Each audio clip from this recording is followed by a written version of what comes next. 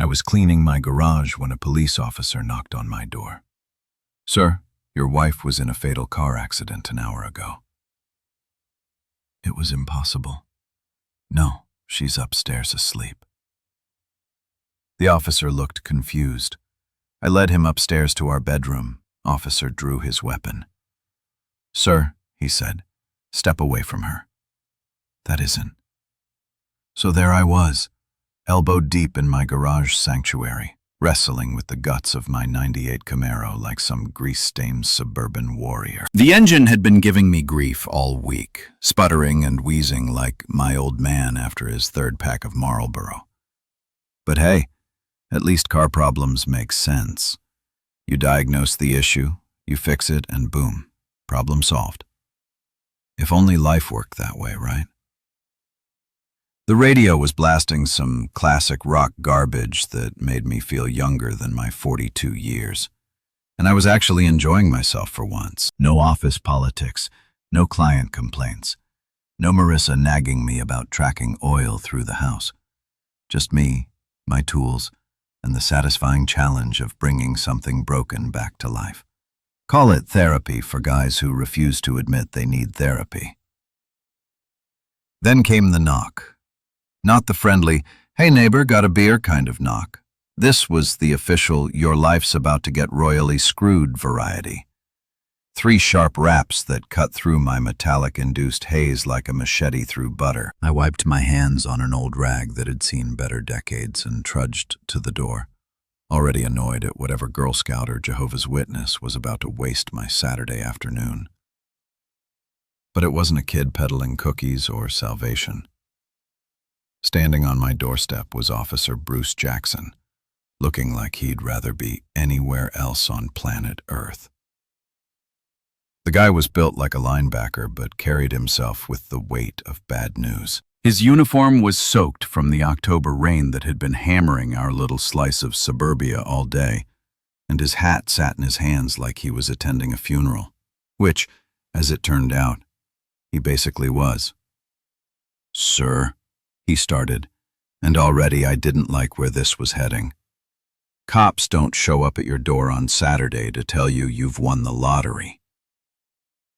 "Are you David Mercer?" "Depends who's asking," I shot back, because being a smartass is apparently my default setting when I'm nervous. But yeah, that's me. "What's this about, officer?" Jackson cleared his throat and looked me dead in the eye with the kind of expression they probably teach at cop school. Somewhere between sympathetic and professional, like he was reading from a script he'd memorized, but hoped he'd never have to use. "Sir, I'm afraid I have some difficult news. Your wife, Marissa Mercer, was involved in a fatal car accident approximately an hour ago." The words hit me like a sledgehammer to the chest. Fatal accident. Marissa. My brain tried to process this information, but it felt like trying to solve calculus while drunk. For a moment, the world went completely silent, except for the sound of rain hitting the pavement and my own heartbeat doing a drum solo in my ears. Then I did something that probably seemed completely insane to Officer Jackson. I laughed. Not a happy laugh, mind you, but one of those bitter, incredulous sounds that bubbles up when reality decides to take a hard left turn into crazy, down. "No," I said, shaking my head like a dog trying to get water out of its ears. "No, that's impossible. You've got the wrong guy, wrong house, wrong universe, maybe. Marissa's upstairs asleep. She's been battling a headache all day and went to bed early." The confusion that spread across Jackson's face should have been my first clue that something was seriously off in Denmark. Cops deal with denial all the time.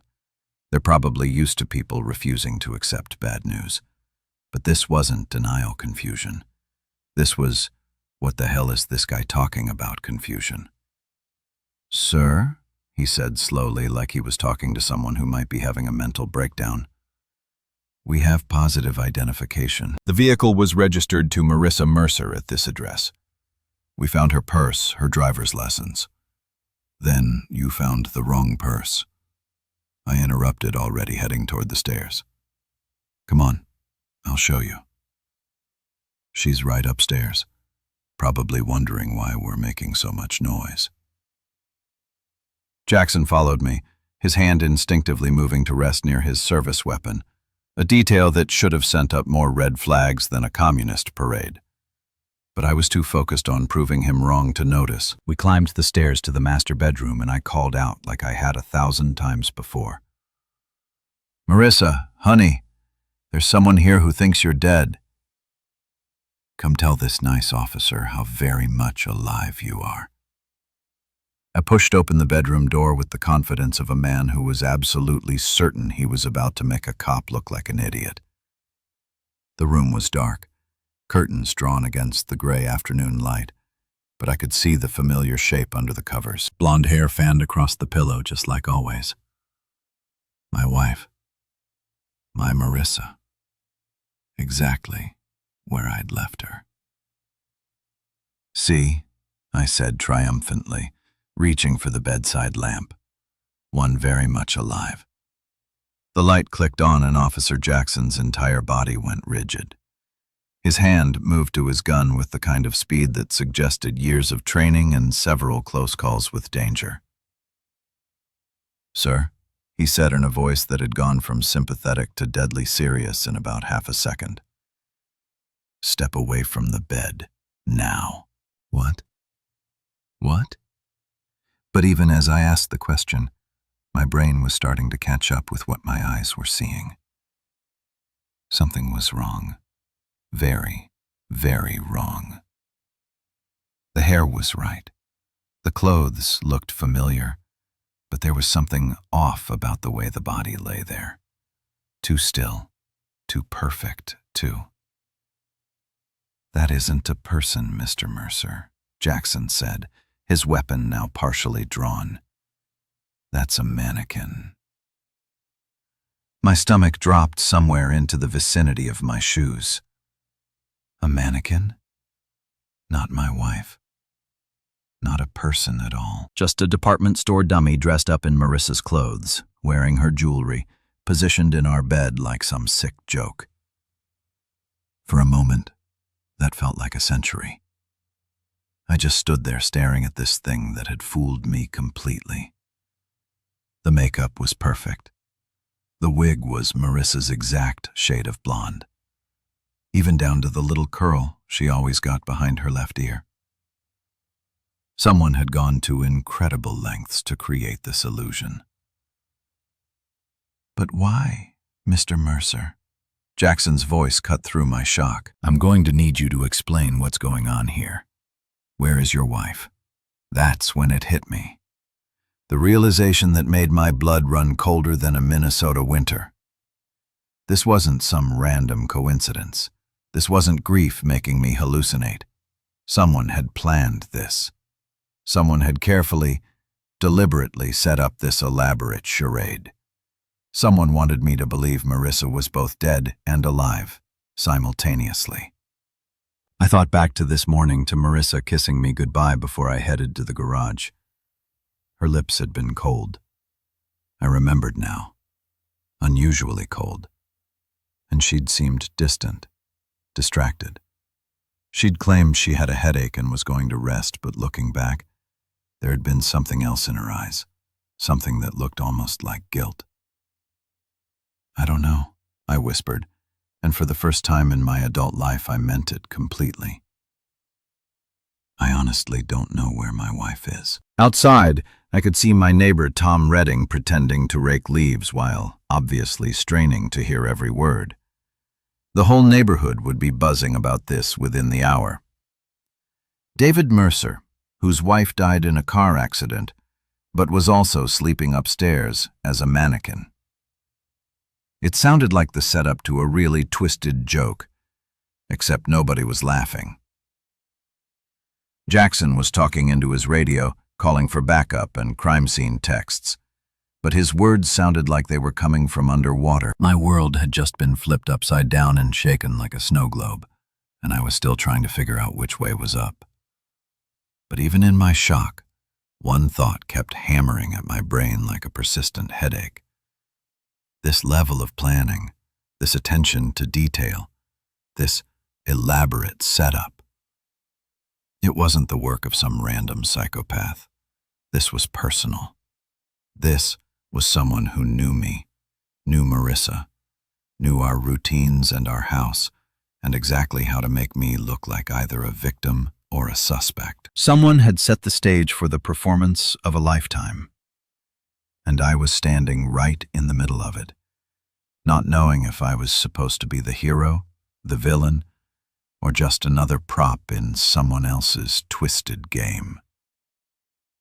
The rain kept falling outside, washing away whatever evidence might have been there, and I stood in my bedroom staring at a fake version of my wife while trying to figure out where the real one had gone and why she'd left a mannequin in her place. Welcome to the worst Saturday of my life. Let me tell you something about mannequins. They're creepy as hell under the best circumstances. Stick one in a department store window wearing the latest fall fashion, and it's just another part of the retail landscape. But dress one up in your wife's favorite pajamas, complete with her wedding ring and that little scar on the wrist from when she tried to cook Thanksgiving dinner in 2018, and suddenly you're living in a Stephen King novel. I couldn't stop staring at the thing. Whoever had crafted this masterpiece of deception had clearly majored in How to Mind Screw Your Husband 101, with a minor in theatrical design. The attention to detail was absolutely insane. And I mean certifiably straitjacket-worthy insane. They'd even painted a tiny beauty mark on the left shoulder, the one Marissa always complained about, but I'd always found adorable.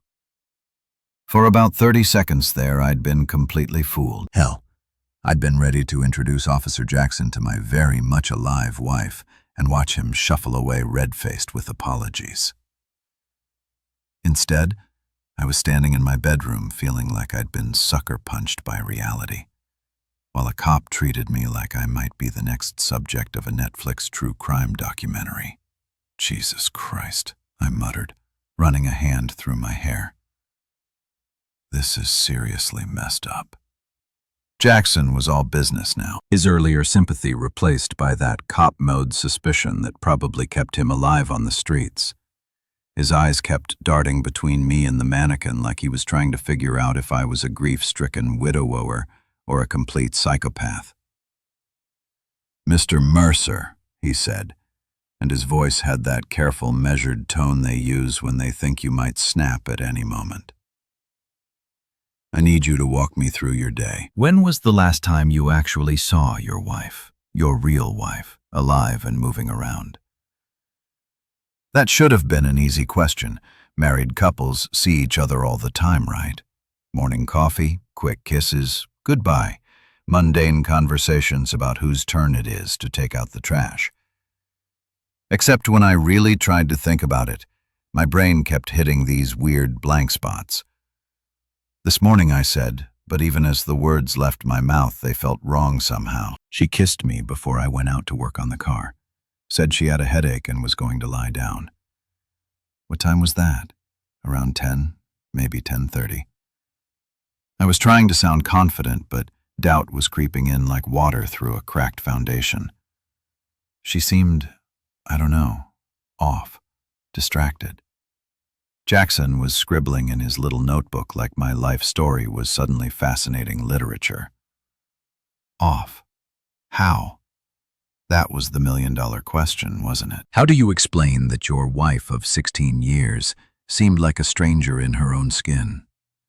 That her kiss felt mechanical, like she was going through the motions?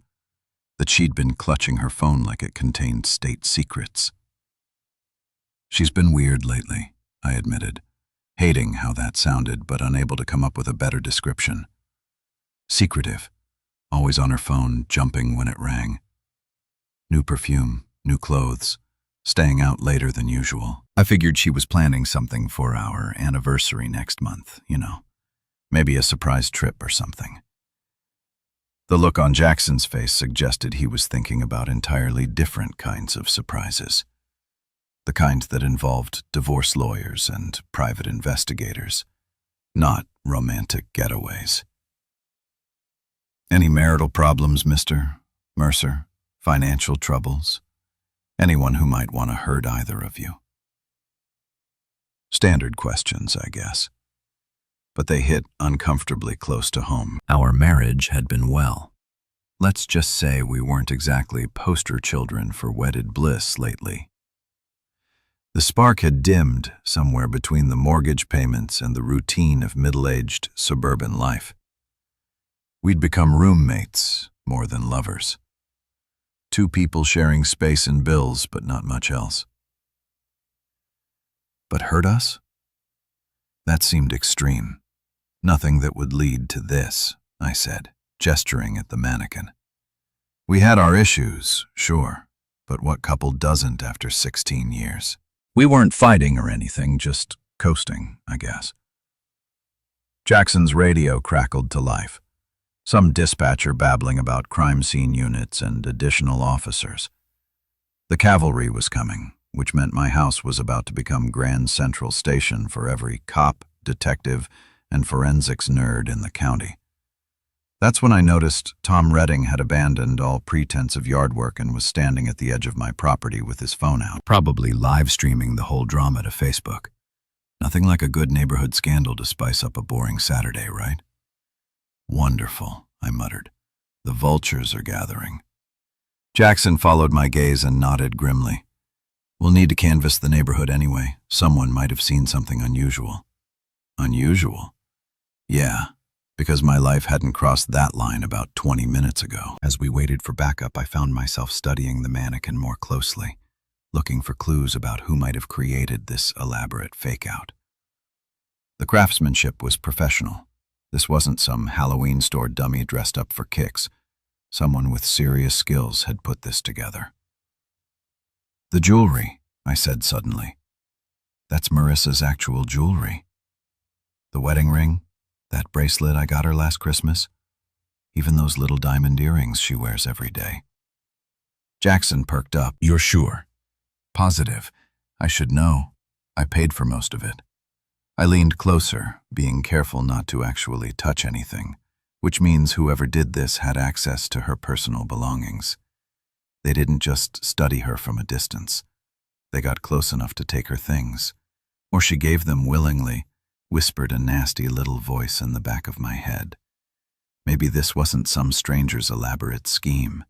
Maybe this was an inside job. The sound of sirens was getting closer, and I could see neighbors starting to emerge from their houses like prairie dogs, sensing drama.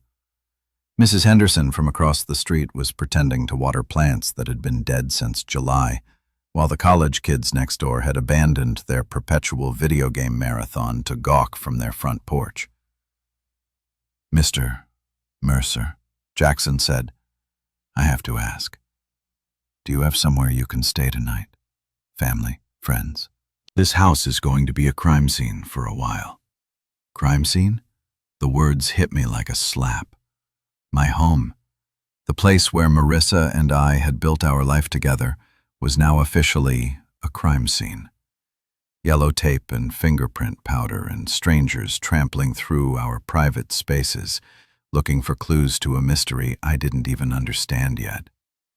My brother, I said automatically. Daniel. He lives about 2 hours away.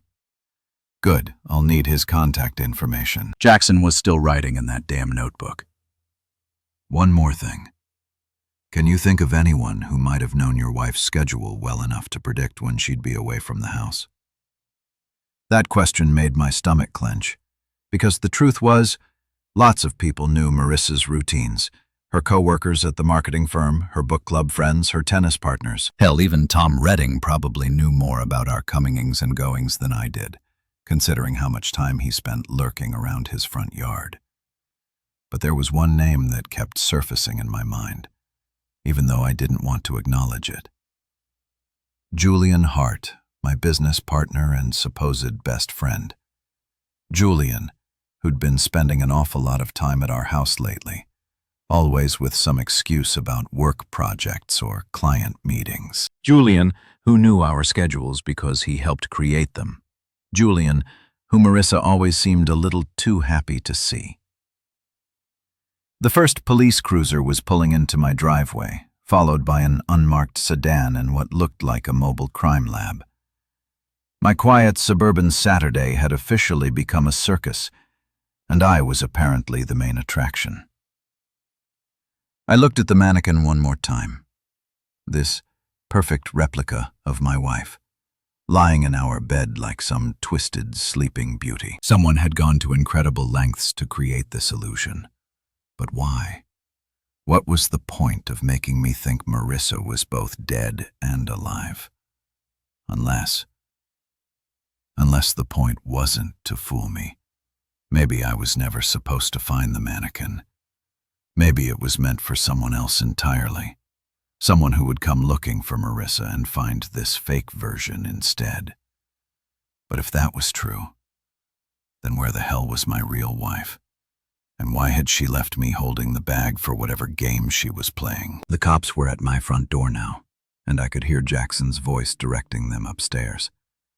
My life was about to be dissected by strangers. Every private moment examined for clues to a puzzle that seemed to have more pieces missing than present. I just hoped that when they put it all together, I'd still recognize the picture they found. The next 3 days felt like living in some alternate reality where everything looked normal but nothing actually made sense. The police had turned my house into their personal playground, dusting for fingerprints and bagging evidence like they were shopping at a crime scene clearance sale. I'd been staying at a Holiday, and that smelled like industrial disinfectant and broken dreams. Eating takeout Chinese food and watching news reports about my own life like I was some random spectator instead of the guy living this nightmare. The media had latched onto the story like vultures on roadkill. Mysterious mannequin case baffles police. Husband discovers fake wife in bed. Is this murder or elaborate hoax? The reporters were having a field day with my misery, turning my personal hell into primetime entertainment for people eating dinner and pretending to care about strangers' tragedies. But here's the thing about rock bottom. Sometimes it gives you the clarity to see what you should have noticed all along. Sitting in that crappy hotel room surrounded by empty takeout containers and my own spiraling thoughts, I finally admitted what my gut had been screaming for months. Something was seriously wrong with my marriage, and it wasn't just the usual middle-aged doldrums. So, I did what any reasonable man would do when his life exploded into 1,000 pieces. I called my little brother. Daniel Mercer was everything I wasn't. Spontaneous, where I was methodical. Rebellious, where I played by the rules. And annoyingly perceptive about people's bullshit, where I preferred to give everyone the benefit of the doubt. He'd become a private investigator after washing out of law school, claiming he preferred real detective work to pushing papers for corporate scumbags. We hadn't talked much lately, mainly because he'd spent our last conversation telling me I was drowning in suburban mediocrity and needed to wake up before life passed me by. Turned out the little bastard might have been onto something. David. His voice sounded surprised when he picked up. Jesus, I heard about Marissa on the news. Are you okay? Define okay, I said, staring at the water stain on the hotel ceiling that looked disturbingly like a map of my current mental state. My wife is supposedly dead, but someone left a mannequin in our bed dressed like her, and the cops are treating me like I'm either a victim or a suspect, depending on what day it is. Holy shit. Daniel had never been one for subtle reactions. That's seriously messed up, even by my standards. Where are you now? Holiday and on Route 9, living the dream and eating lomana for breakfast. Listen, Danny, I need your help. Something's been off with Marissa for months, and I think this whole thing might be connected to whatever she's been hiding. There was a pause, and I could practically hear the gears turning in his head. Daniel might be a screw-up in the traditional sense, but when it came to sniffing out lies and deception, the guy was like a bloodhound with trust issues. "What kind of off?" he asked. So, I told him everything. The late-night phone calls that ended abruptly when I walked into the room. The new clothes that definitely weren't purchased on our usual budget. The way she'd started password protecting her laptop and keeping her phone face down during dinner. The sudden interest in girls' nights out that seemed to happen with suspicious frequency. And you never thought to, I don't know, ask her about any of this? Daniel's tone had that familiar edge of little brother superiority that used to make me want to give him a wedgie. "I'm not the jealous husband type," I said defensively. I trusted her. "We've been married 16 years. You don't just start spying on your wife because she's acting a little weird." "Dude," Daniel said, and I could hear him shaking his head through the phone. "You're not the jealous type. You're the oblivious type. There's a difference." 3 days later, Daniel showed up at my hotel room carrying a manila folder that looked like it weighed about as much as my remaining faith in humanity. He'd always been the kind of guy who could dig up dirt on a saint, but I wasn't prepared for the archaeological expedition he'd apparently conducted into my wife's secret life. "Sit down," he said, which is never what you want to hear when someone's holding evidence of your personal catastrophe. "That bad?" I asked. But I was already reaching for the bottle of whiskey I'd picked up at the liquor store next to the hotel. Some conversations require liquid courage. "That bad?" He opened the folder like he was revealing classified government secrets, which, in a way, I guess he was. The first photo hit me like a sucker punch to the solar plexus. Marissa, my wife of 16 years, walking out of the Marriott downtown with her hand on the arm of Julian Hart, my business partner and supposed best friend. "Son of a bitch," I whispered. "It gets worse," Daniel said, spreading out more photos like he was dealing cards in the world's worst poker game. Marissa and Julian in his car. Marissa and Julian having lunch at a restaurant I'd never heard of. Marissa and Julian looking at each other like they were teenagers sneaking around behind their parents' backs. But the real kick in the teeth came with the next batch of photos. Marissa meeting with some guy I didn't recognize in a coffee shop, sliding him an envelope thick enough to choke a horse. Then another meeting, this time with a woman who looked like she'd stepped out of a spy movie. All designer clothes and suspicious glances. "Who are these people?" I asked, though I was pretty sure I didn't want to know the answer. "The guy's name is Lucas Kane," Daniel said, consulting his notes like he was reading my obituary. "He's what you might call a life transition specialist. Helps people who want to disappear start fresh somewhere new. New identities, new backgrounds, the whole 9 yards. And the woman? That's where it gets really interesting. She works for a company that specializes in financial, let's call it redistribution. They help people move money around in ways that make it very difficult to track." I poured myself another whiskey and tried to process this information. My wife wasn't just cheating on me. She was planning to vanish completely, taking God knows how much of our money with her. "There's more," Daniel said. And I realized he was just getting warmed up. I managed to get into some of her online activity from the past 8 months. "She's been taking pictures, David. Lots of pictures." He pulled out printouts of what looked like insurance documents, bank statements, and business contracts, all taken with a phone camera, all from my home office. My private files, my company documents, even the safe combination I'd written down and hidden in my desk drawer like an idiot. "She's been documenting your entire financial life," Daniel said. "Bank accounts, investment portfolios, insurance policies, business partnerships. This isn't just about running away with her boyfriend. This is about taking you for everything you're worth." I stared at the evidence of my wife's betrayal. feeling like I'd been living with a stranger for months without realizing it. Every kiss, every I love you, every moment of supposed marital contentment had been a lie, while she systematically prepared to destroy my life. How long? I asked. Based on what I can trace, at least 8 months of active planning. But the thing with Julian probably goes back further than that. 8 months. While I've been working my ass off to build our future, she'd been planning my destruction. While I've been worrying about her headaches and mood swings, she'd been photographing my most sensitive documents and planning her escape route.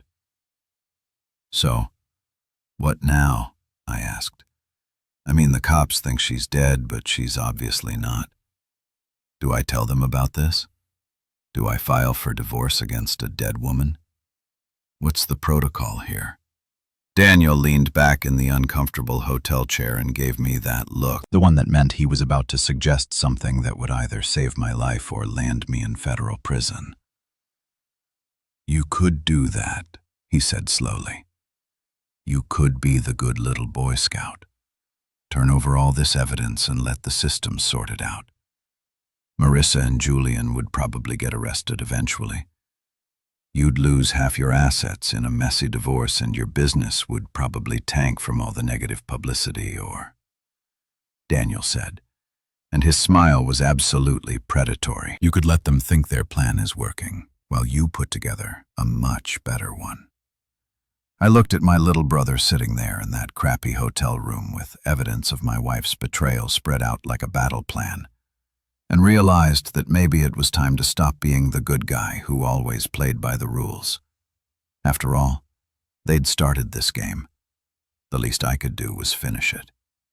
Tell me more, I said, and poured another drink for both of us, because apparently I was about to become someone I'd never been before, someone who fought back instead of just taking the hit. And honestly, after 16 years of being the reliable, trustworthy, predictable husband, the idea felt pretty damn good. They wanted to erase me. Fine. Let's see how they liked being erased instead. Planning revenge, it turns out, is a lot like planning a wedding, except instead of choosing flowers and cake flavors, you're figuring out how to systematically destroy the people who tried to destroy you first. And let me tell you, I was about to throw the wedding of the century. The beauty of Marissa and Julian's plan was also its fatal flaw. It relied entirely on me being the same trusting, oblivious schmuck I'd been for the past 16 years. They'd counted on me playing the grieving widow wooer while they disappeared into their new life with my money, never suspecting that good old reliable David might actually have some teeth hidden behind all that suburbanness. Well, surprise bitches. Turns out the family dog can bite when you corner him. Daniel and I spent the next week holed up in that hotel room like a couple of conspiracy theorists, mapping out every detail of their scheme and figuring out how to turn it inside out. The plan that emerged was beautiful in its simplicity. If Marissa wanted to fake her death, I'd let her. Hell, I'd help her. The only difference was that her new life wouldn't be quite the tropical paradise she was expecting. First, I needed someone to play the corpse. That's where Riley Ward came in, a favor I'd been saving for years without knowing it. Riley was former military, the kind of woman who could disarm a bomb or perform field surgery with equal competence, and she owed me big time for helping her get her security contractor business off the ground when she left the service. More importantly, she had the kind of moral flexibility that made her perfect for what I had in mind. "You want me to what now?" Riley asked when I called her with my proposition. Even over the phone, I could hear the amusement in her voice. She'd always appreciated a good con job. "Play dead," I repeated. "One car accident, very convincing, very final. You'd be the body they find in the wreckage instead of Marissa, and your actual wife won't be quite as dead as she's hoping to be."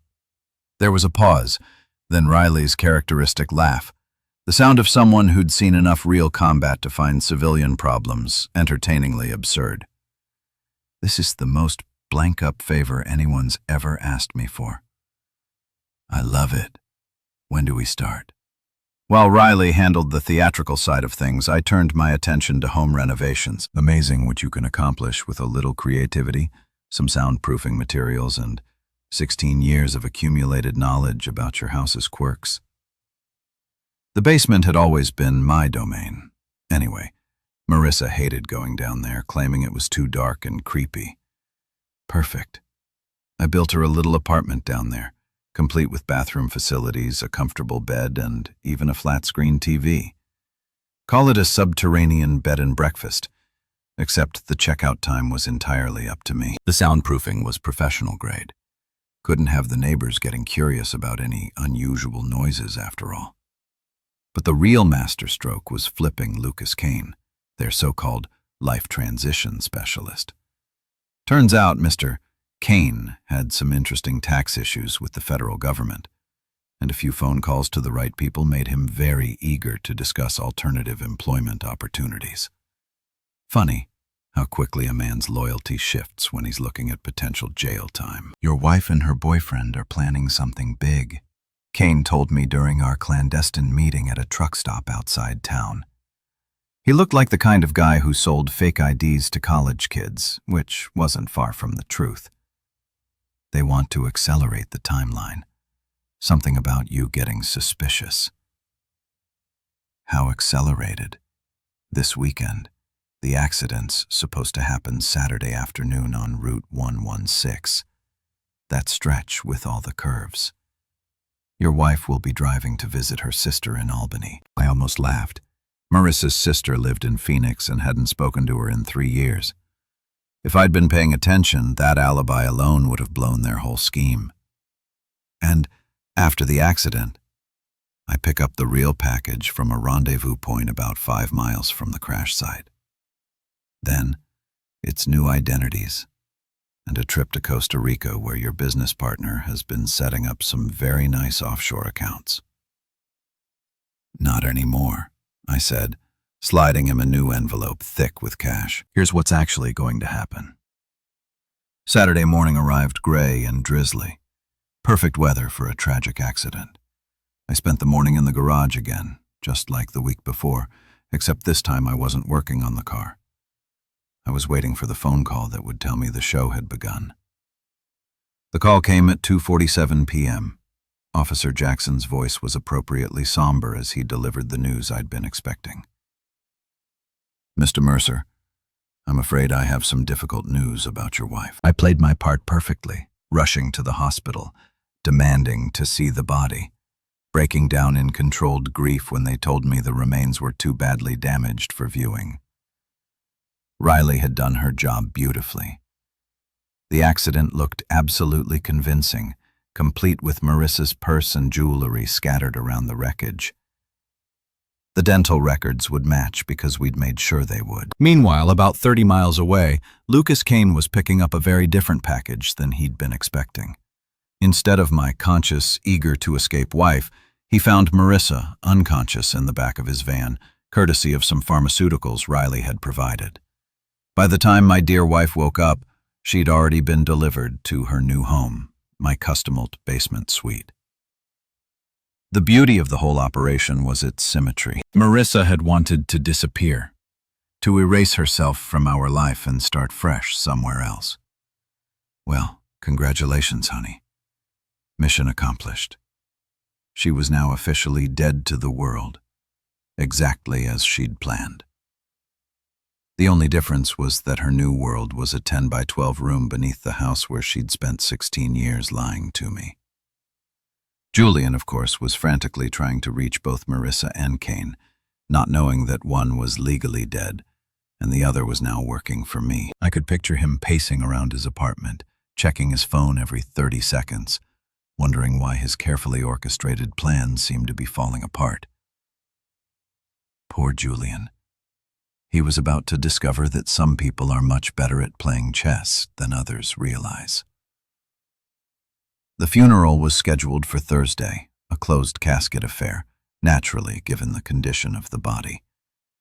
I'd already started receiving casseroles from well-meaning neighbors, and condolence cards from people I barely knew. The whole neighborhood was rallying around the poor widower, offering support and sympathy for my tragic loss. If they only knew that my dead wife was currently sitting in my basement watching her own memorial service on closed-circuit television, they might have been a little less generous with their tuna noodle casseroles. But that was the beautiful thing about small-town life. People saw what they expected to see. A grieving husband getting support from his community, a tragic accident that claimed a young woman's life, a neighborhood coming together in the face of loss.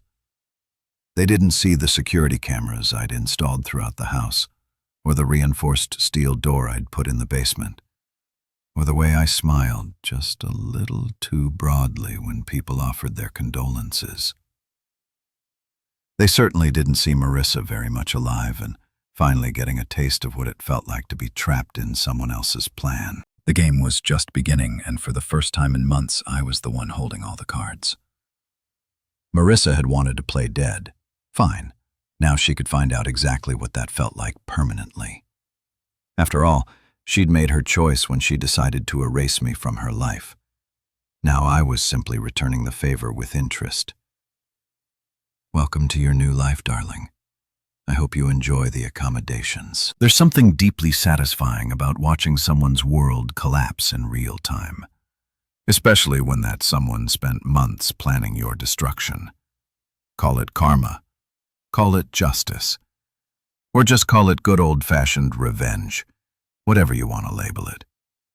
I was enjoying every second of Marissa's slow realization that her brilliant escape plan had turned into her worst nightmare. She woke up around 6 o'clock in the evening, about 4 hours after Kane delivered her to my customed hospitality suite.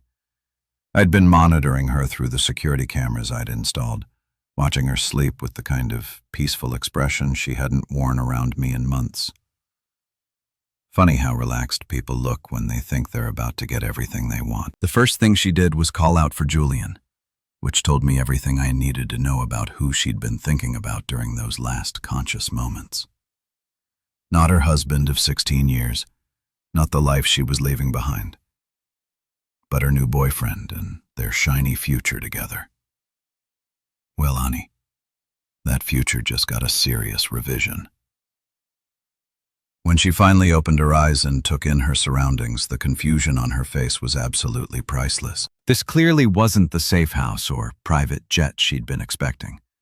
Instead of tropical beaches and offshore bank accounts, she found herself in a windowless room with cement walls, tasteful lighting, and all the charm of a high-end prison cell. "What the hell?" she whispered, struggling to sit up on the bed I'd so thoughtfully provided. The drugs were still working their way out of her system, making her movements sluggish and uncoordinated. I let her marinate in confusion for a few more minutes before activating the intercom system.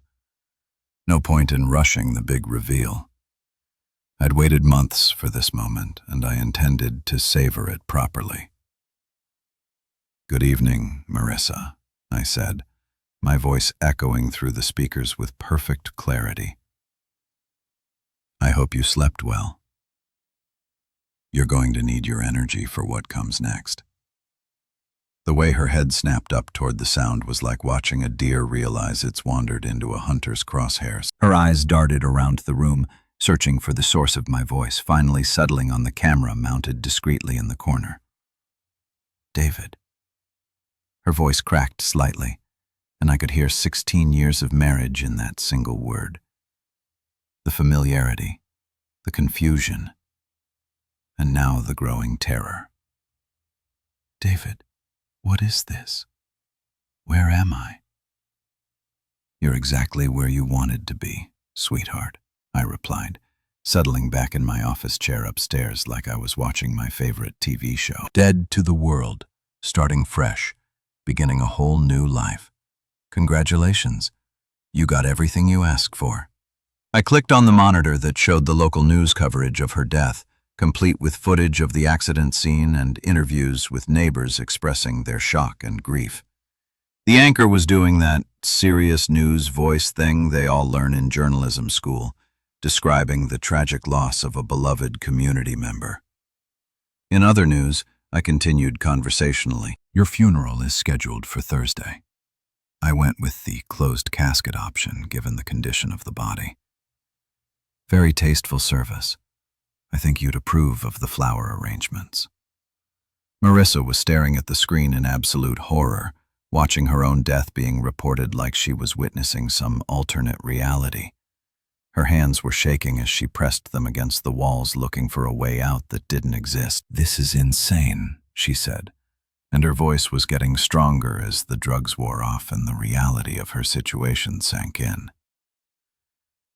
You can't keep me here. People will look for me. Julian will. Julian will what? I interrupted, genuinely curious about what she thought her boyfriend was going to do. Julian thinks you're dead. Remember, that was the plan. Your plan. The only difference is that instead of sipping Mai Tais on a beach in Costa Rica, you're getting a front row seat to your own memorial service. I switched the feed to show Julian's apartment where my business partner was currently pacing around like a caged animal, frantically trying to call Lucas Kane and getting sent straight to voicemail.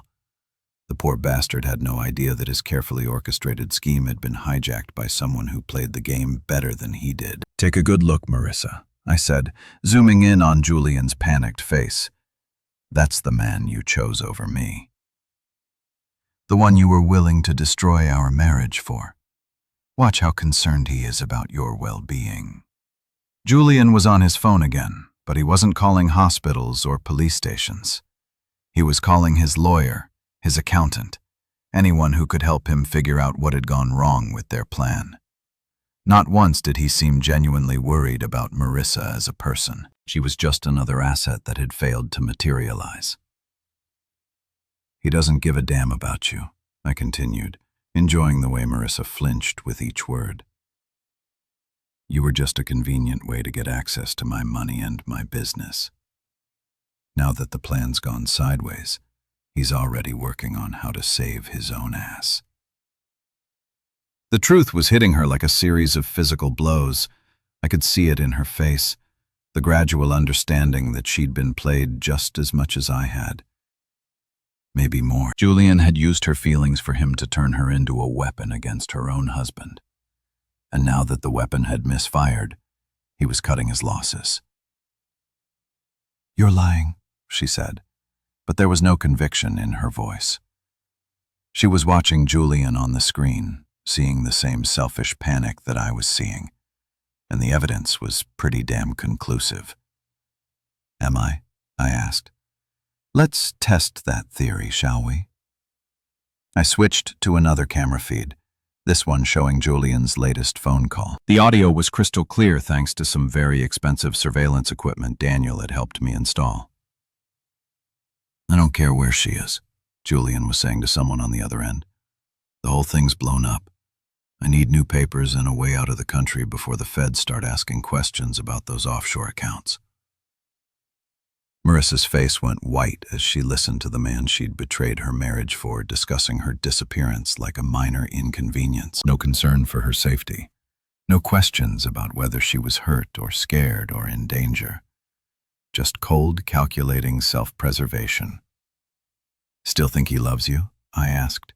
She slumped against the wall, and for the first time since this whole nightmare began, I saw something in her eyes that looked like genuine regret. Not for getting caught, not for the failure of her plan, but for the choices that had led her to this moment. Why? She whispered. Why this, instead of just? I don't know. Divorce. You could have taken half of everything and walked away. Half? I laughed, and it wasn't a pleasant sound. Marissa, you weren't planning to leave me half of anything.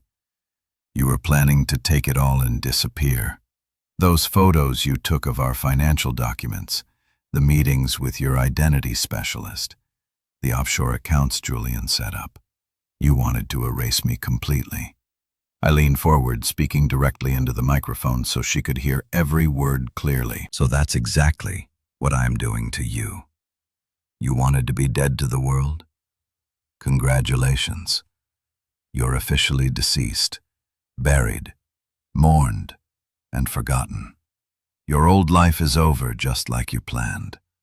The only difference is that your new life comes with some unexpected accommodations.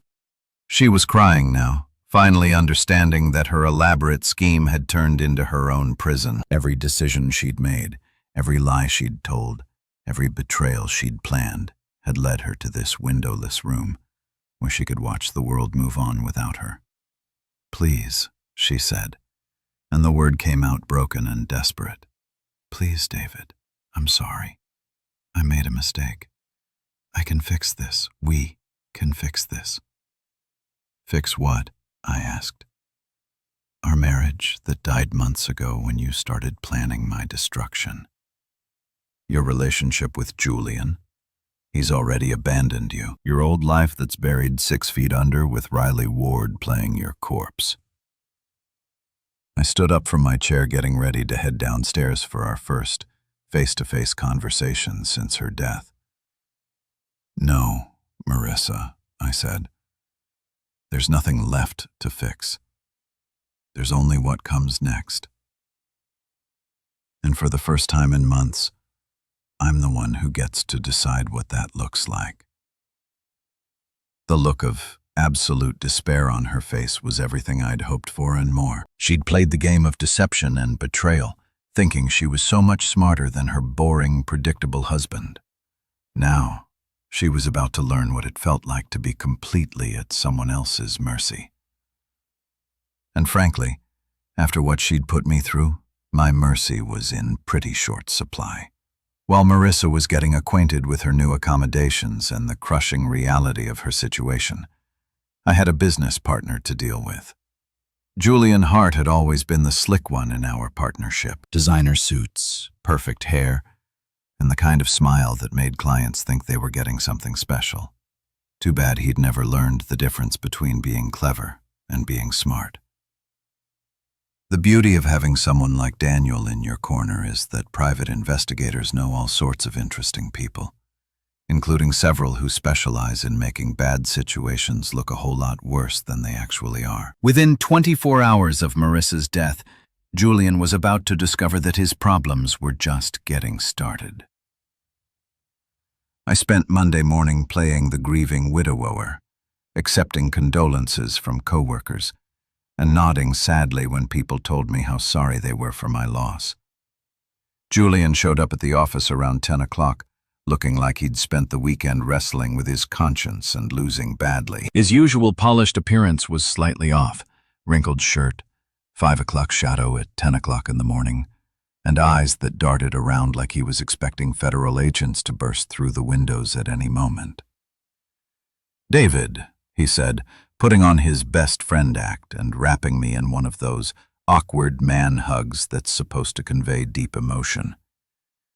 "Jesus, man, I'm so sorry. I can't believe Marissa's gone."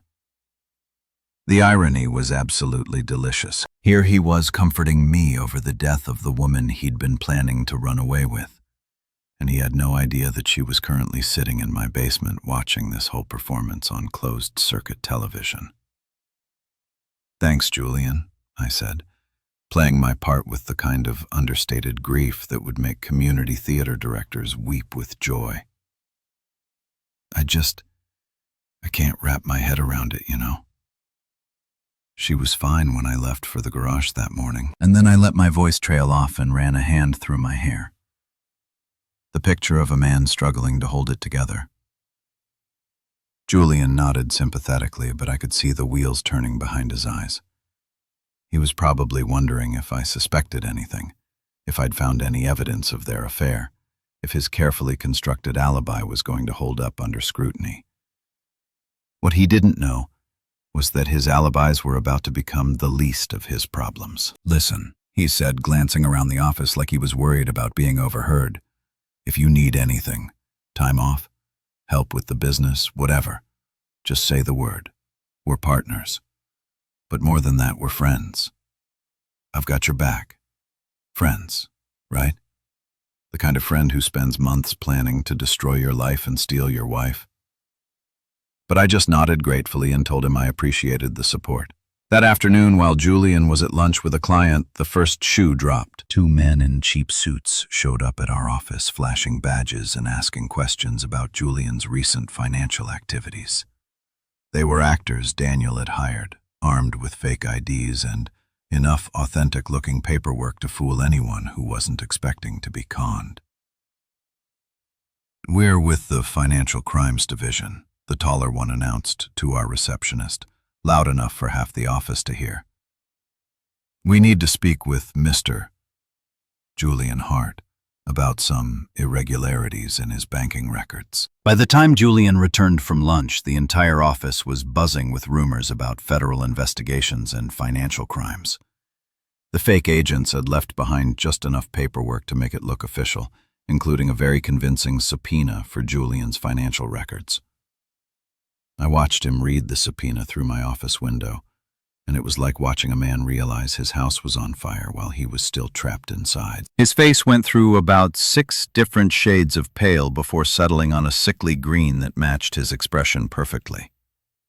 He was in my office within minutes, closing the door behind him and trying to look casual while his entire world crumbled around his ears.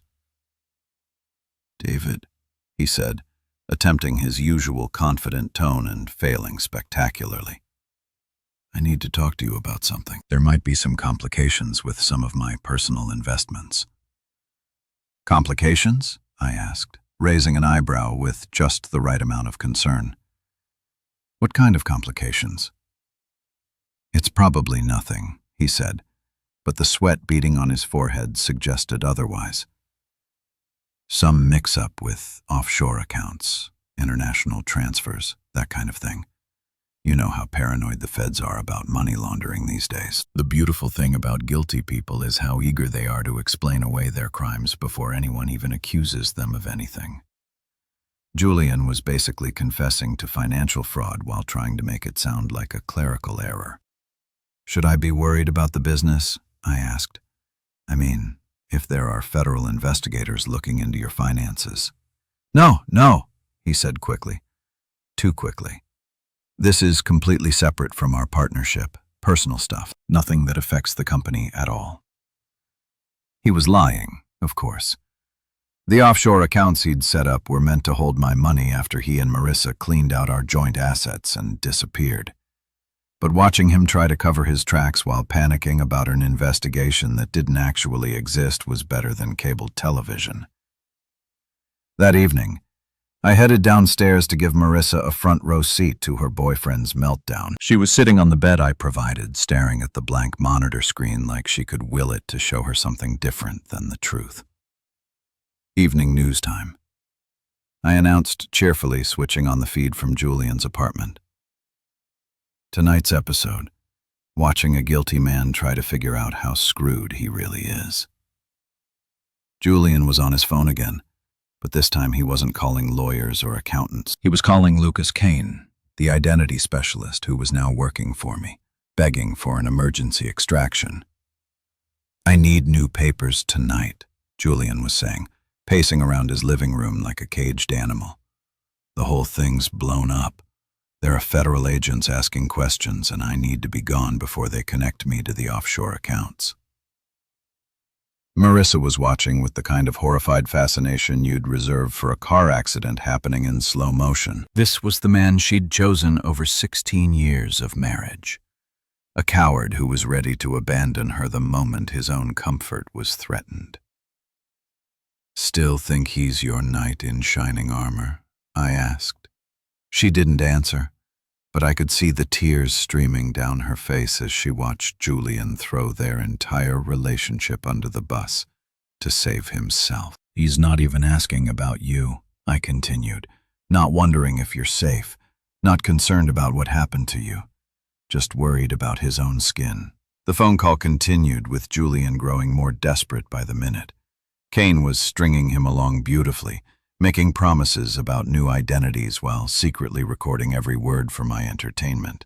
"Where does he think you are right now?" I asked Marissa. "Does he think you're dead like everyone else? Or does he know you were supposed to be picked up after the fake accident?" "He thinks," she started, then stopped, her voice catching. "He thinks I'm waiting at the safe house. He thinks Kane picked me up and I'm just waiting for him to join me. And yet, he's planning to run without you. I observed interesting priorities your boyfriend has. On the screen, Julian was now offering Kane double money for immediate extraction, no questions asked. He was willing to abandon Marissa, abandon their plan, abandon everything as long as he could save himself from consequences that were mostly imaginary. "This is the man you destroyed our marriage for," I said quietly. "This is who you thought was worth throwing away 16 years of history. Take a good look, Marissa. This is what love looks like when it's tested." She was sobbing now, finally understanding that she'd been played by someone who cared about her even less than she'd ended up caring about me. Julian had used her feelings to turn her into a weapon against her own husband. And now that the weapon had backfired, he was cutting his losses without a second thought. "Please," she whispered, not looking away from the screen. "Please turn it off. I can't watch anymore." "Oh, but this is just the beginning," I said, settling into a chair I'd placed specifically for these viewing sessions. "Tomorrow, things get really interesting. You wanted a front row seat to a new life, remember? Well, here it is. Your boyfriend's about to learn what happens when you mess with the wrong guy's family."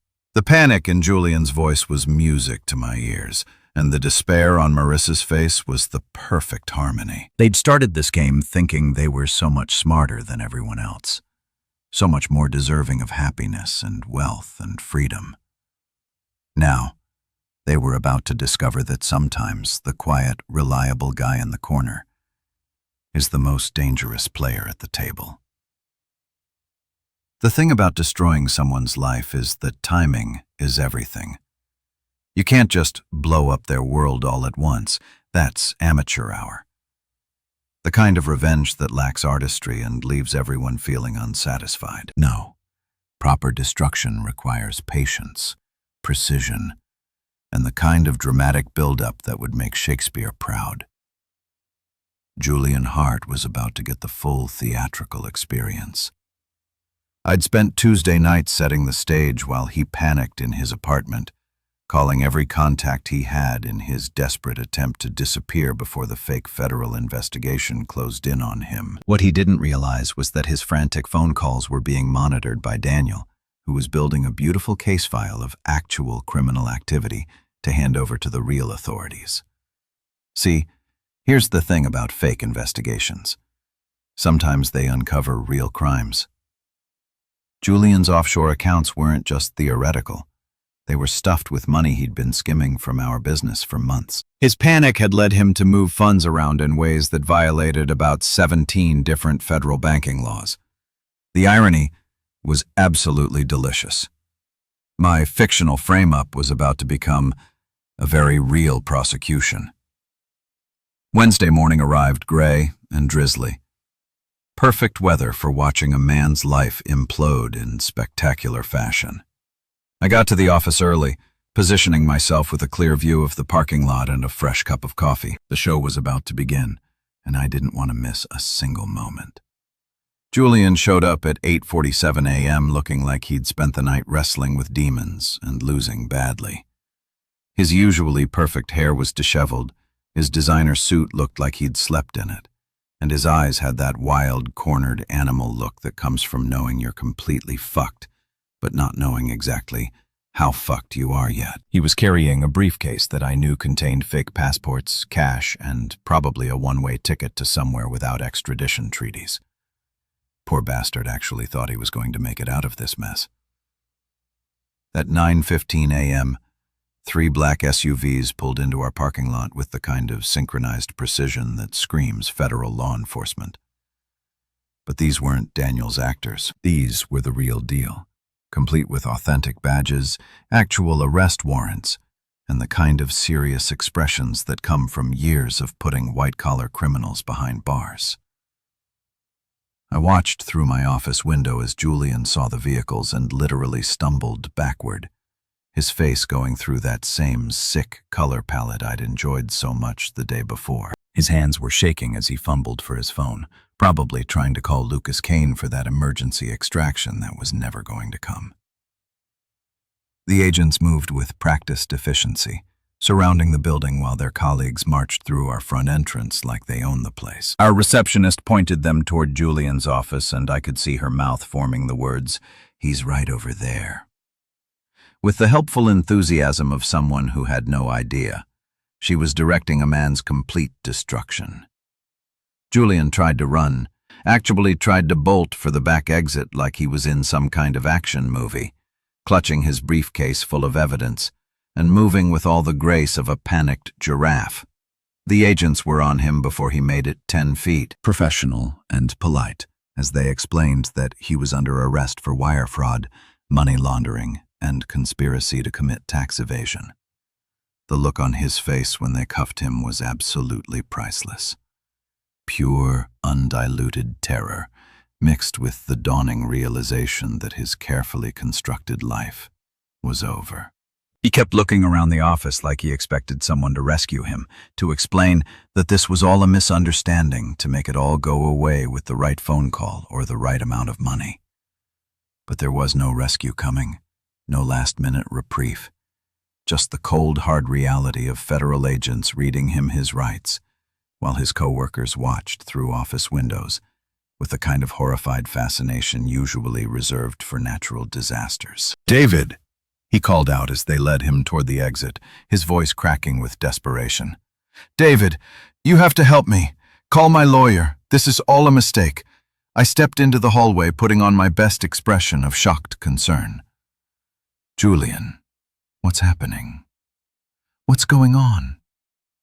"It's about the offshore accounts," he said, and I almost laughed at how eager he was to confess his crimes in front of witnesses.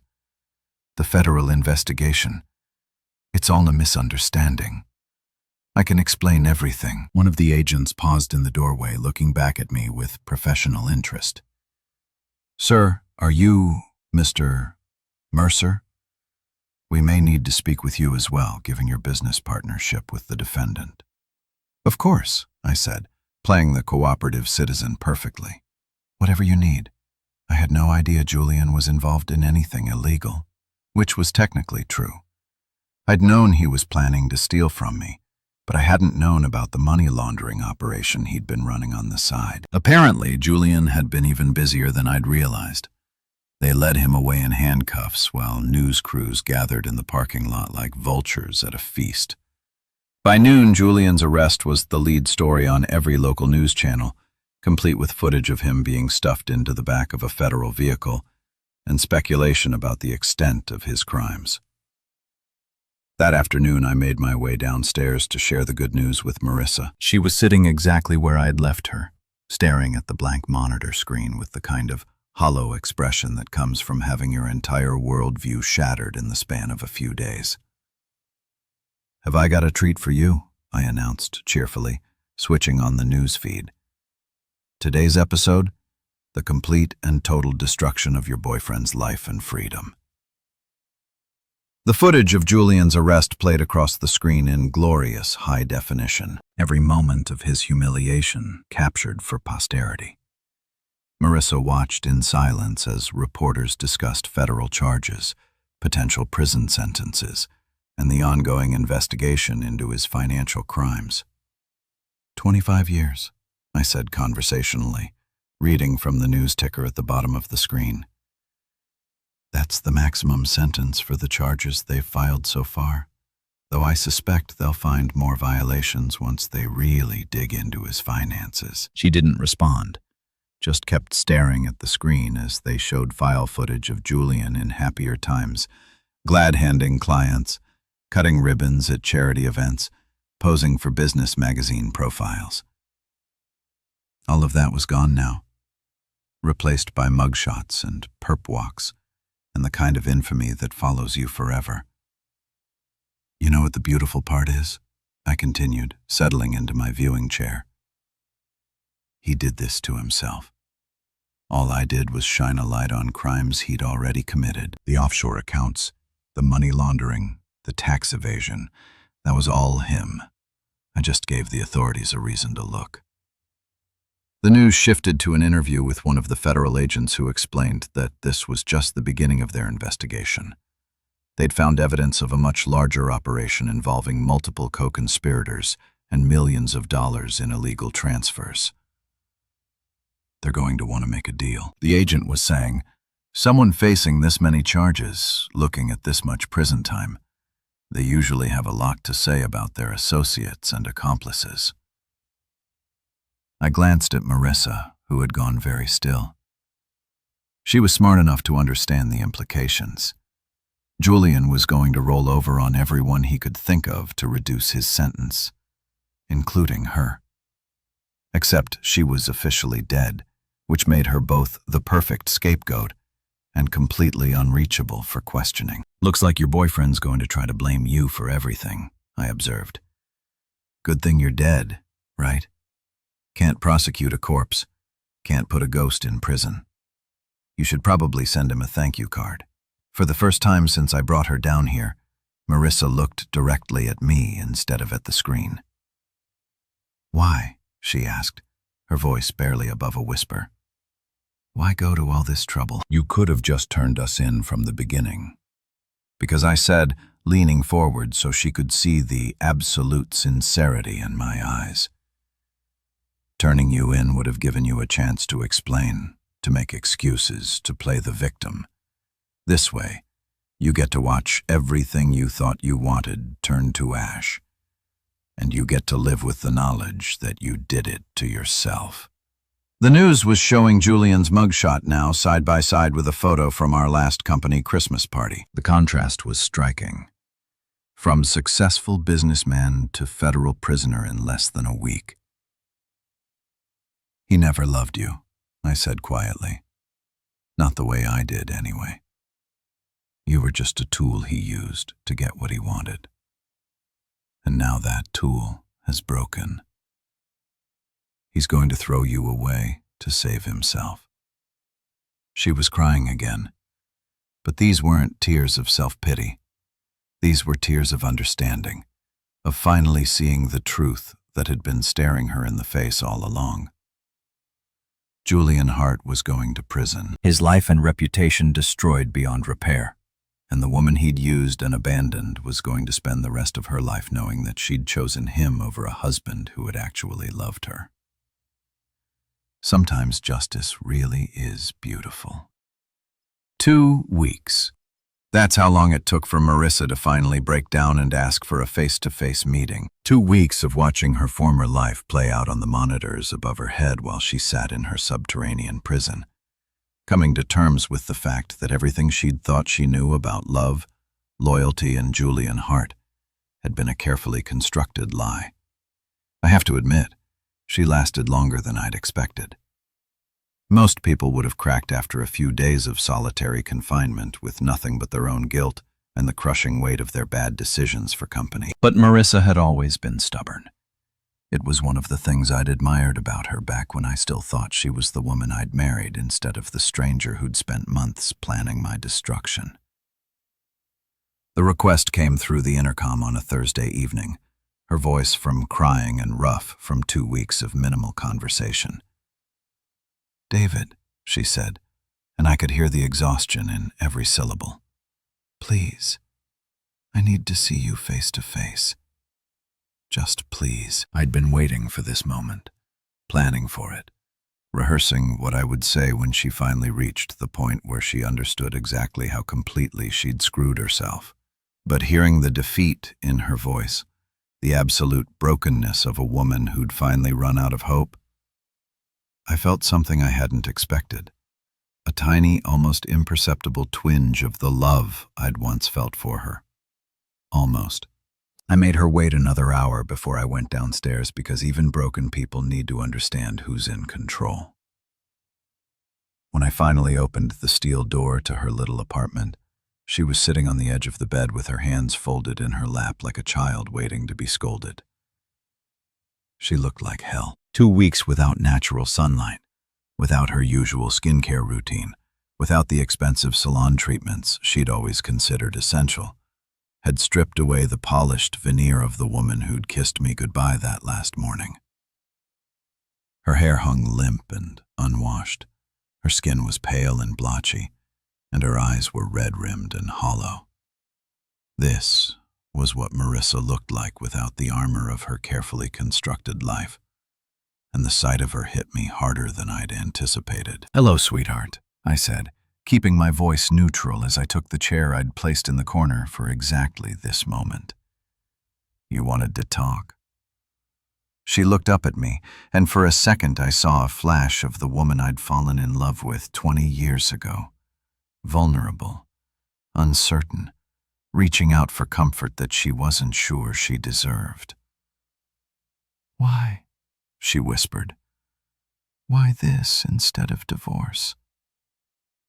"You could have taken half of everything and walked away. You could have destroyed me in court, taken our daughter, made me the villain in a very public breakup. Why this elaborate revenge?" It was a fair question, one I'd been asking myself during the quiet moments when I wasn't actively orchestrating her psychological torture. The answer was more complicated than I'd expected it to be. "Because divorce would have been civilized," I said finally. "Divorce would have implied that we were two reasonable adults who'd simply grown apart, who could shake hands and split our assets and wish each other well. But that's not what happened, is it?" She shook her head, tears starting to flow again. "What happened," I continued, "is that you decided I was disposable, not worth the effort of couples therapy or honest conversation, or even the basic courtesy of asking for what you wanted. You decided that the easiest solution was to erase me completely, take my money, destroy my business, disappear with my partner, and leave me with nothing but the wreckage of a life I'd spent 20 years building." "I know," she said, and her voice was barely audible. "I know I was wrong. I know I hurt you. But David, this keeping me here like this, it's not going to bring back what we had." "I don't want back what we had," I replied, and I meant it. What we had was built on a lie. You spent our entire marriage pretending to be someone you weren't, and I spent it being too blind and trusting to see what was right in front of my face. Why would I want that back? She was crying harder now, ugly sobs that shook her whole body. "Then what do you want? What's the point of all this?" That was the question, wasn't it? What did I want from this elaborate revenge scheme? What was the endgame that would make all the planning and expense and risk worthwhile? "I want you to understand what it feels like," I said quietly, "to have your entire life stripped away by someone who's supposed to love you. To watch everything you thought was real turn out to be a performance. To realize that the person you trusted most in the world saw you as nothing more than an obstacle to their happiness." "I understand," she said desperately. "I do understand. I see what I did to you and I'm sorry. I'm so sorry, David. I know sorry doesn't fix anything, but I need you to know that I regret every choice I made." "Do you?" I asked. "Do you regret cheating on me, or do you regret getting caught? Do you regret planning to destroy my life, or do you regret that your plan failed?" She was quiet for a long moment, considering the question with the kind of honest self-reflection that our marriage had lacked for years. "Both," she said finally. "I regret all of it. The affair, the planning, the lies, the betrayal. But mostly, I regret not having the courage to just talk to you about how unhappy I was." It was the first genuinely honest thing she'd said to me in months, maybe years. And despite everything she'd done, despite the elaborate revenge I'd constructed around her betrayal, I found myself believing her, which made what came next both easier and harder than I'd expected. "Here's what's going to happen," I said, leaning forward in my chair. "You have a choice to make. Option 1, you stay dead, permanently. I've created a very comfortable life for you down here. Better food, more entertainment options. even some books and puzzles to keep your mind occupied. You'll be safe, fed, clothed, and completely erased from the world above. Her eyes widened in horror. David, you can't. Option 2, I continued, cutting off her protest. I help you disappear for real. New identity, new background. Enough money to start over somewhere far away where no one will ever connect you to Marissa Mercer or this whole mess. You get to live, but you lose everything. Your name, your history, your family, your daughter. The mention of our daughter hit her like a physical blow. Leia was 19, a sophomore in college. And as far as she knew, her mother had died tragically in a car accident. The funeral had been beautiful, the grief genuine, and Leia's tears over her mother's grave had been some of the most heartbreaking moments of my life. Leia, Marissa whispered. My baby girl. How is she? Is she okay? She's fine, I said. Sad, obviously, but handling it better than I expected. She's stronger than either of us gave her credit for. Could I see pictures, just to know she's all right? And there it was, the one request I've been waiting for, the one thing I could give her that might make this nightmare worthwhile for both of us. If you choose option 2, I said, if you agree to disappear completely and never try to contact either of us again, I'll make sure you get pictures, updates on how she's doing, major milestones, that kind of thing. Not often and not forever, but enough to know she's happy and healthy. She was sobbing again, but this time it wasn't just grief and self-pity. This was the sound of a mother's heart breaking as she realized she was about to lose her child forever. Why would you do that? She asked. After everything I've done, why would you be kind to me? Because despite everything you've done, I said, you're still Illa's mother. And because somewhere underneath all the lies and betrayal, there's still a tiny piece of the woman I used to love. The choice I was offering her wasn't really a choice at all. Option 1 was slow psychological torture disguised as mercy, while option 2 was exile and erasure with just enough humanity to make it bearable. But it was more than she'd planned to give me, and we both knew it. How long do I have to decide? She asked. You don't, I replied, standing up from my chair. You've already decided. You just need to say it out loud. She looked up at me with eyes that held 20 years of shared history. The good times and the bad, the love and the betrayal, the beginning and now the end. I want to see my daughter grow up, she whispered, even if it's just in pictures, even if she never knows I'm alive. Then it's settled, I said, heading for the door.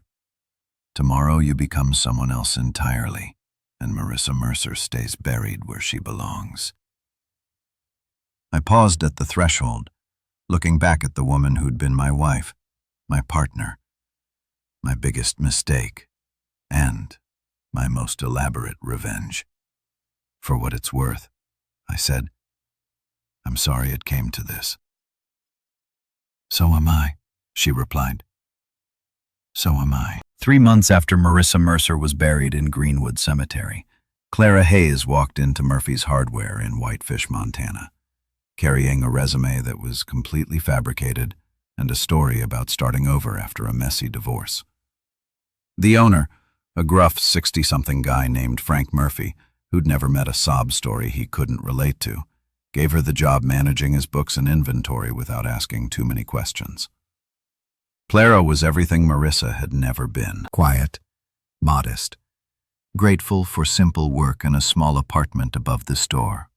She wore second-hand clothes from the local thrift shop, kept her hair pulled back in a plain ponytail, and lived the kind of unremarkable life that wouldn't attract attention from anyone, least of all federal investigators looking for connections to Julian Hart's financial crimes. I'd done my homework when creating her new identity. Clara Hayes had a perfectly boring background. Born in Oregon, moved around a lot as a kid. Parents died in a car accident when she was 25. No siblings, no close friends, no social media presence worth mentioning.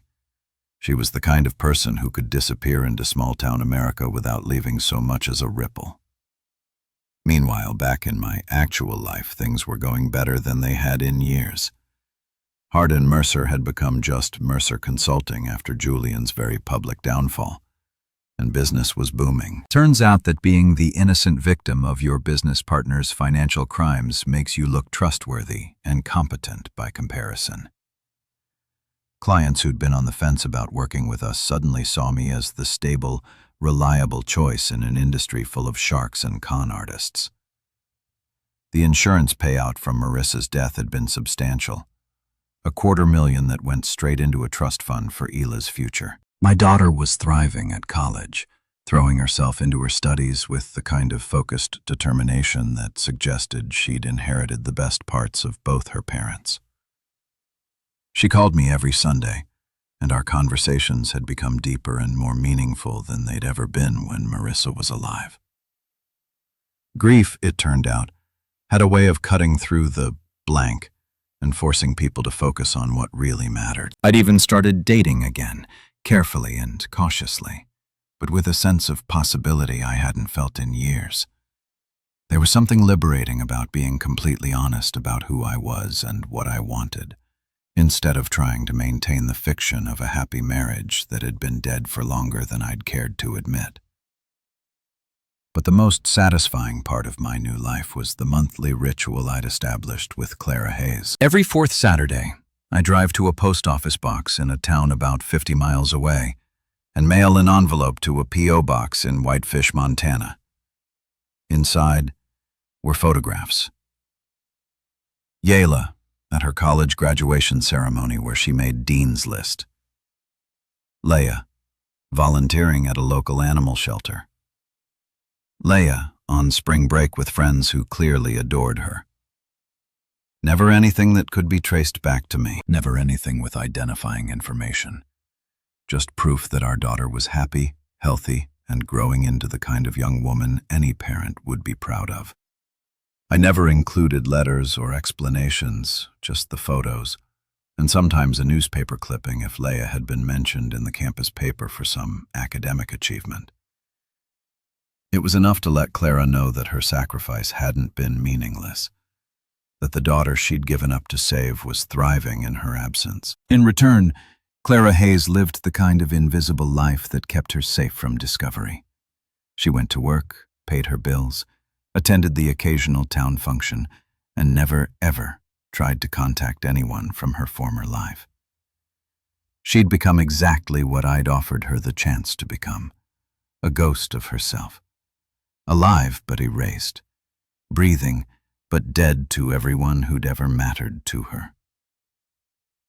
About 6 months into this arrangement, Clara made a mistake. It was small, the kind of slip that most people would never notice, but I'd been monitoring her online activity through some very sophisticated software Daniel had helped me install.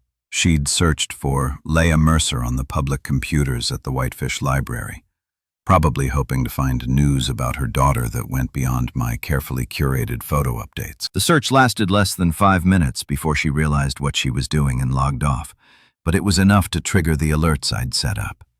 Within an hour, Clara Hayes' internet service was mysteriously discontinued due to routine maintenance issues that would take several weeks to resolve. Her phone service developed similar problems, leaving her effectively cut off from the outside world. The message was clear. Stick to the agreement, or lose even the small mercies I'd been providing. She never tried to search for us again. As the months turned into a year, I began to understand something about revenge that I'd never considered before. It wasn't just about making someone pay for what they'd done to you. It was about finding a way to live with what they'd taken from you. and sometimes that meant taking something equally precious from them. Marissa had tried to erase me from existence, to steal my life and leave me with nothing but the ashes of 20 years of marriage and partnership. So I'd erased her instead, more completely and permanently than she'd ever planned to erase me. She was alive, which made it more merciful than what she'd planned for me. But she was also dead to everyone who'd ever loved her, which made it more cruel. The genius of it was that she'd chosen this fate herself. I hadn't forced her into exile. I'd simply offered her a choice between two kinds of imprisonment, and she'd picked the one that let her hold on to a tiny thread of connection to the daughter she betrayed along with me. Julian, meanwhile, was serving his time in federal prison, probably spending his days wondering how his carefully planned escape had turned into a life sentence. The offshore accounts he'd set up to hold my stolen money had been seized by the government, along with everything else he'd accumulated through years of financial fraud. He'd lost his freedom, his wealth, his reputation, and his future, all because he'd underestimated the quiet guy in the corner office who paid attention to details. Sometimes I wondered if Clara Hayes ever thought about the life she'd thrown away. If she ever regretted choosing Julian Hart over the husband who'd loved her despite her flaws. But mostly, I didn't think about her at all. She'd become what she'd always been in the end, irrelevant to my happiness, unnecessary for my future. A cautionary tale about the price of betrayal. Leah called me on a Tuesday evening in November, bubbling with excitement about her plans for Thanksgiving break and her new boyfriend who wanted to meet her family. She sounded so much like her mother had at that age. Enthusiastic, optimistic, full of dreams about the future that it took my breath away for a moment. "I wish Mom could meet him," she said, and there was still sadness in her voice when she talked about Marissa. But it was the clean grief of loss rather than the complicated pain of betrayal. She would have loved him. "He's studying engineering just like you." She would have. I agreed and meant it. The Marissa that Leah remembered, the loving mother who'd never missed a school play or soccer game, had been real. Even if the wife I thought I knew had been a fiction. "I love you, Dad," Leah said. "I'm proud of how strong you've been through everything." "I love you too, sweetheart," I replied. "More than you'll ever know." After we hung up, I sat in my office looking at the photos on my desk. Yayla, at various stages of growing up. The family we'd been before betrayal had poisoned everything. The life we'd built together before I'd learned how much of it had been a lie. Tomorrow I'd mail another envelope to Montana. Another set of pictures showing Clara Hayes that the daughter she'd sacrificed everything for was thriving without her. It was a small cruelty wrapped in mercy, a reminder that some choices couldn't be undone, and some prices were too high to ever fully pay. But tonight, I was just a father who loved his daughter, and a man who'd found his way back to happiness after having it stolen from him. Sometimes justice wasn't about punishment or revenge. Sometimes it was simply about rebuilding something better from the wreckage of what had been destroyed. And sometimes that was enough. 5 years. That's how long it took for our carefully constructed house of cards to face its ultimate test. 5 years of Clara Hayes living her invisible life in Montana. 5 years of me building something better from the ashes of my destroyed marriage. And 5 years of Leah growing into the kind of young woman who made every sacrifice worthwhile. The day was perfect. One of those crisp May afternoons that made you believe in fresh starts and happy endings.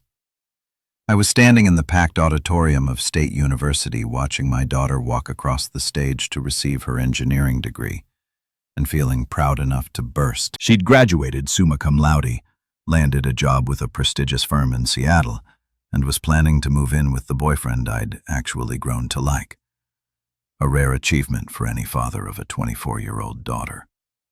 Leia looked radiant in her cap and gown, beaming as she shook hands with the dean and posed for the official photographer. 5 years of grief had taught her to appreciate life's victories, to savor moments like this instead of taking them for granted. She'd channeled her pain over losing her mother into academic excellence and a determination to make the most of every opportunity. As I watched her accept her diploma, I thought about all the people who weren't there to see this moment. Marissa, who'd loved Ela more than anything in the world, but had chosen her own selfish desires over being present for her daughter's future. Julian, who was still serving his federal sentence and would probably die in prison. All the people who had been part of our lives before betrayal had burned everything down and forced us to rebuild from scratch. The ceremony was long, as these things always are, filled with speeches about bright futures and endless possibilities. I found myself scanning the crowd during the boring parts, looking at all the proud families taking pictures and recording videos of their graduates. Somewhere in that sea of faces, I spotted the university president's wife, a few local politicians trying to look important, and my blood turned to ice. There in the back row of the auditorium, wearing oversized sunglasses and a baseball cap pulled low over her face, was a woman I'd have recognized anywhere.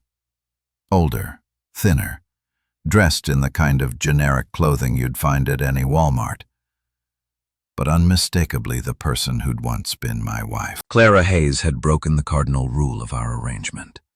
She'd left her exile in Montana and come to see the daughter she was supposed to be dead to forever. For a moment, I felt something I hadn't experienced in 5 years. Genuine fear. Not for myself, but for Laia. What if Clara tried to approach her? What if she decided that 5 years of hiding was enough and attempted some kind of reunion? What if she destroyed the careful peace we'd built by injecting herself back into our lives? I watched Clara watching our daughter, and even from across the crowded auditorium I could see the tears streaming down her face. This was probably the first time she'd seen Leia in person since faking her own death, and the girl she was looking at was completely different from the college freshman she'd left behind. Leia had grown up in her absence, matured into an adult who'd learned to navigate the world without her mother's guidance. Clara's hands were shaking as she raised a small camera, probably one of those disposable ones you can buy at gas stations, and took a few pictures. She was being careful not to use the flash, trying to remain invisible while documenting the moment she traveled 1,000 miles to witness. Part of me wanted to march over there and drag her out of the auditorium before she could cause any damage. Part of me wanted to have security escort her away and then make some calls to ensure she never got this close to our life again. But another part of me, a part one, didn't particularly like acknowledging, understood exactly why she was there. This was her daughter too. Despite everything she'd done, despite the choices she'd made and the price she'd paid for them, Leia was still her child. And watching your child graduate from college was the kind of milestone that made people do desperate, dangerous things. So, I made a choice that surprised even me. Instead of stopping her, I watched her watch our daughter, and I let her have this moment. It was probably the only time she'd ever see Lilo again, the only chance she'd have to witness what her sacrifice had preserved. When the ceremony ended and the crowd began to disperse, I saw Clara start to move toward the exit. She was being smart, trying to leave before the crowd thinned out enough for anyone to get a clear look at her face. But as she passed my row, our eyes met across 20 feet of space and 5 years of complicated history. The recognition was instant and mutual. For just a moment we stared at each other like two ghosts meeting in a graveyard, both of us haunted by the life we'd destroyed and the choices we'd made in its aftermath.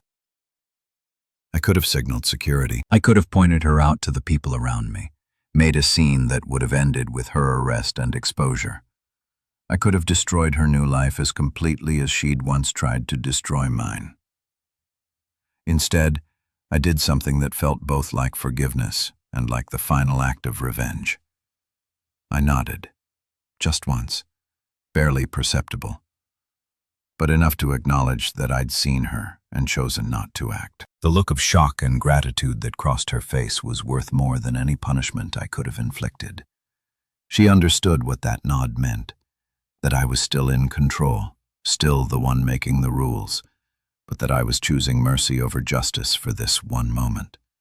She mouthed 2 words that I could read clearly even across the distance between us. "Thank you." Then she was gone, disappearing into the crowd like she'd never been there at all. 20 minutes later, I was standing outside the auditorium with Leah and her boyfriend, Mark, taking the kind of family photos that would eventually end up in frames on mantelpieces and office desks. Leah was glowing with happiness, talking a mile a minute about her plans for the future and how excited she was to start her new job. "I wish Mom could have been here," she said, hugging me tightly as Mark snapped pictures. "She would have been so proud." She would have. I agreed. And for the first time in 5 years, I meant it without any bitterness or irony. "She loved you more than anything in the world." "I know," Leah said. "I feel her with me sometimes, you know, like she's still watching over me somehow." If she only knew how literally true that statement was.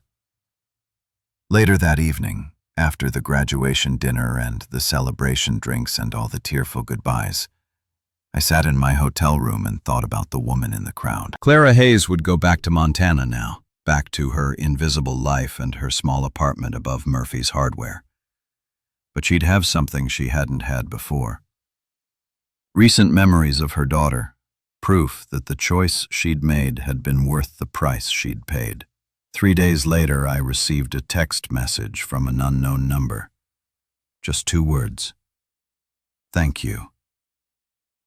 I deleted it immediately, just like I'd done with the only other message Clara had ever sent me. But this time, I found myself smiling as I erased the evidence of our contact. Justice, I'd learned, wasn't always about punishment. Sometimes it was about understanding that everyone pays a price for their choices. And sometimes the people who hurt you are paying a price that's already high enough. Clara Hayes would live the rest of her life knowing that she'd chosen to betray the people who loved her most. She'd wake up every morning in exile, surrounded by strangers who would never know her real name or her real story. She'd go to sleep every night, knowing that her daughter was growing up without her, building a life that had no place for the woman who'd given her life. That was punishment enough. And allowing her one stolen moment to see what she'd preserved through her sacrifice, that wasn't weakness or forgiveness. It was proof that I was the one who got to decide what justice looked like. 5 years after Marissa Mercer had tried to erase me from existence, I was successful, respected, and surrounded by people who loved me for who I actually was instead of who they wanted me to be. My daughter was thriving, my business was booming, and my future looked brighter than it had in decades.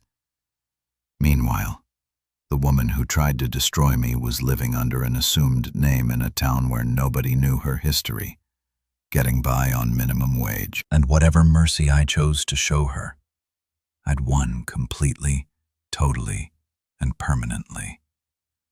And the best part? She knew it too. Sometimes the most perfect revenge is simply living well while your enemies live with the consequences of their choices. And sometimes, if you're very lucky and very patient, you get to be generous in victory without giving up any of the control you fought so hard to reclaim. Justice wasn't just about punishment. It was about balance. And after 5 years of careful orchestration, the scales had finally settled, exactly where they belonged.